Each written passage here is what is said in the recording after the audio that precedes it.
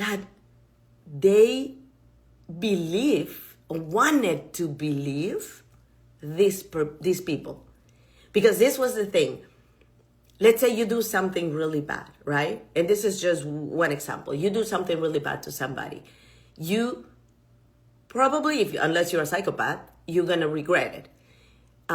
So how do you still look good in front of the other people? You talk bad about that person, right? You say that person is a liar. She made up stories to make herself look good. She's embellishing the story. That's not really what happened.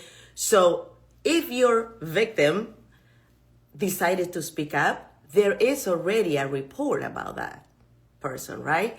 When you hear the story or somebody else hears the story, it's gonna say, yeah, but you remember they say that she came up with stories, and you remember it say that she's a liar. So that was also my fear, because I knew that those people were saying things to cover up themselves. So that was holding me back as well. And so when I went to my country and I spoke up, and I also found out that, they knew a lot of the stuff that I was writing about, I was like, wow, so you knew this side of the story, you didn't do anything. And I empowered them at the same moment to validate me. I was in one of the meetings, and somebody came to me in one of the reunions with my family, and one of my aunts turned around and she said, she's telling the truth.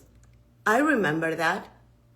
But she didn't acknowledge that she didn't say anything, which I was like, what? You knew? Like, you have that moment, right? Like, yeah, I have somebody that is backing me up. And in the same moment, like, wait, what? You knew? How many more people knew? And why nobody said anything? But that minute, that second of validation meant the world to me, because that's what we need. We need to feel validated. And that's why so many times we do shit that we're not supposed to do, or we take abuse and people mistreating us because we're afraid that nobody's gonna back us up. And at the end of the day, the only person that needs to back you up is the one that look back at you at the mirror. That's it. This is your story. This is your experience.